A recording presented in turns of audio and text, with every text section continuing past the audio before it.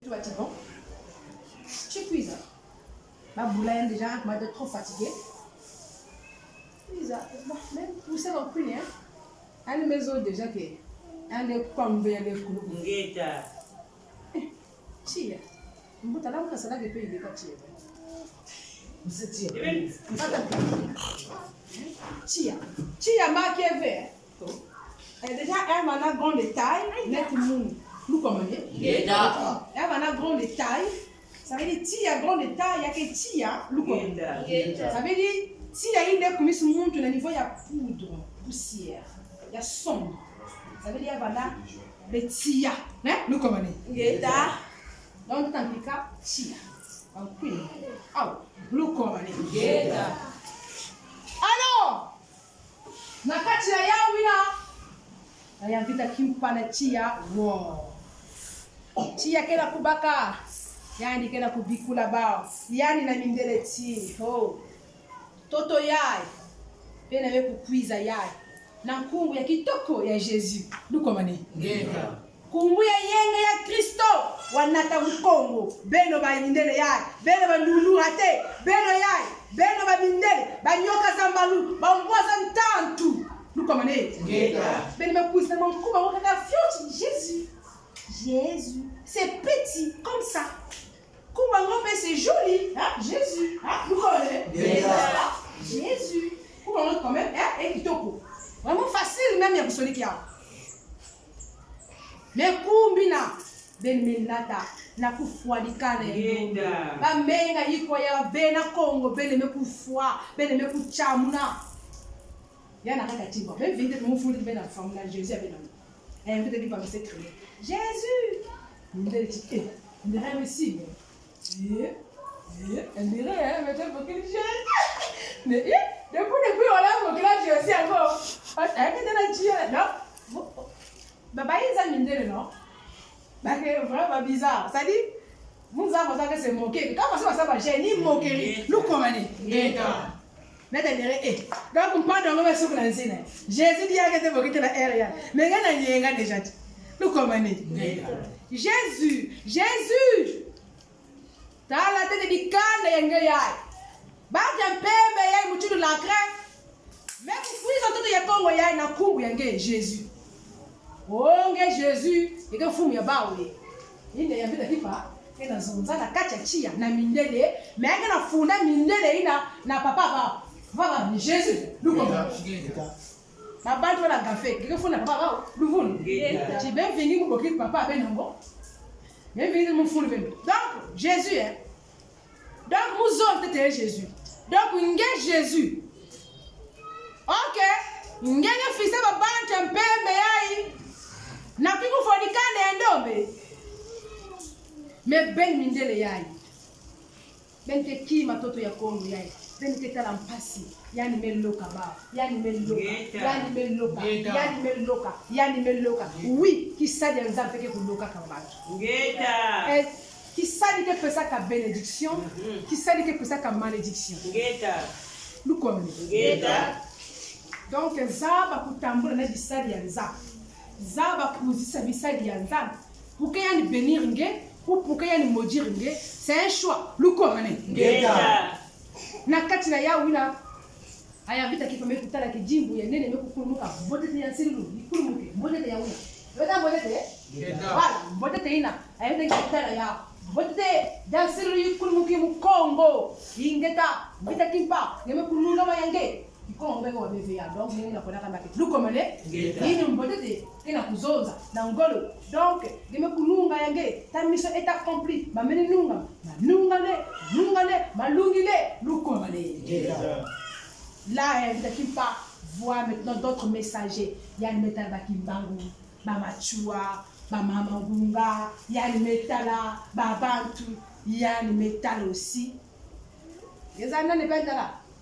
Et c'est les hommes la katachi kunanya talake. Il sera un sourire. Yani mais qui la yani me tout va bien, c'est ça. Yani talaka tout mon guaka. Yani metala yani me tout va que bon. Quand je vais finir de m'incarner la carte de ma bakala ya, je vais m'incarner la carte de la kento ya.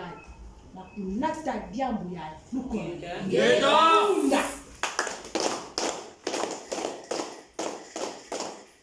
Nina kati na yawina vita kipa yani mekufwa. Donc la question, on n'aime pas trop parler de foi, mais bon, pour que tu comprendre. Donc yani mekufwa kisuni yani mekufwa yani mekuma poussière. Mais yani menungama parce que yani mekuzanguka yani mekukwenda na mwela Kongo na kubwabala jaka na mwanda Kongo yani donc kufuaka ve kaka ni kisuni kufuaka luko Ngeta. na kati na yao na kutuba na beto na ngeti beto nata kisamu na mugedika nyonso luko Ngeta. je sais que l'air beto metuba mfumo mbita kipa metala na tia tumangwaka ngena kata chimzo mama mboma ndeni ya usiamba kana na sasa kwa luko bani na chinge mafingi muna na kata chinge metu mbombo ni yao yai kana sasa zonzi luko bani Ngeta. Vita kipa tala na kote est-ce que ça même yeke butama combien zaba ka kikimba uke butama na kipeve deja luko bani Ngeta. yani talaka deja mama tumongwaka fumu jaba yaya mako kele kisadi ya bao na kunata ben nyos ben talaka kwa kuza kupesa munu lusaku munu ile la restauration de Mbanza Congo. Cette mission là ni fumu vita kipa bandaka yao. Si je ne suis pas sa représentante, donc la mission de tout Mongwaka de restaurer Mbanza Congo de ma kukumatatu malamba masiki nisa Congo ya kele kaka mission ya fombi de kimpa mais comme l'esprit a besoin d'un sport ça veut dire que esprit qui va là quand pour il y a espace côté de quota mais l'esprit ne choisit pas tout le monde. Look maman voilà qu'elle est tuée look maman voilà qu'elle est drogueuse, il n'y a pas de souci. Look maman maman voilà vraiment va couper look maman mais la kati ya maman waka faut mon vita kimpa metala kitoko ina manana ya mpwila na kati na look maman parce que kitoko ngo même muzabi ya ve look maman tout ce que je sais il y a ni sola kamunu mais si elle me sola munu c'est parce que elle me kutal la kati ya munu kena kima ina bana kana ya mpwina luko mane mais kima ina ngenge ke talaka ve et tu ne peux pas voir ça parce que quelqu'un qui peut vivre luko mane mais baina pekena qui peut vivre ya kukula talaka ya kwa le 25 mars 2023. Baba fallait penser même que maman tout mangwa kana na RDC, elle financé par bongo. Même la délégation RDC ba dila kana pas que oh donc peut-être ko ntambulu kwa na muta mama mona kutal betu ve ku kwa sola ni na Congo de fois le commander. J'espère que tu comprends hein. Tout le monde est pratiquement su que même de la RDC, vous allez comprendre que c'était pas un Kimoko, il y a Vanaka qui dit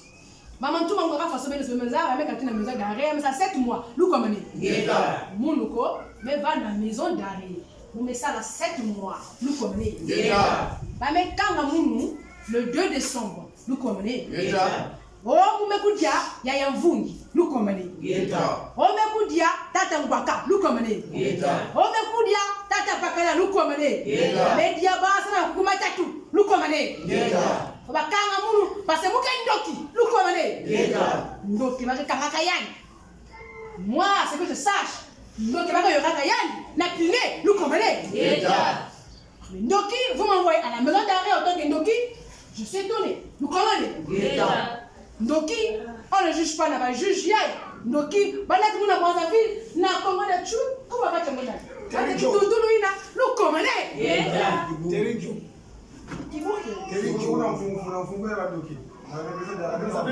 Non, nous commandons.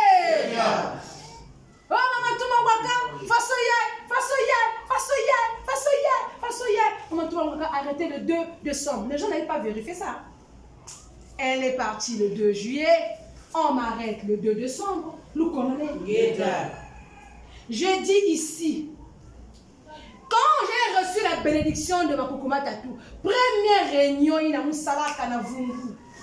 Nasika maman patou. Bantou moi, qu'est-ce que c'est beno. Prière, mon salak qu'on appelle ça la boma. Mouzon, j'ai déjà arrestation à mon déjà. Quoi qu'on a maman patou. Loukou amane. Et là, vous me demandez, banani que ça n'a moun na pour restaurer Manda Congo. Choix na beno tout moyen. Nous commandons.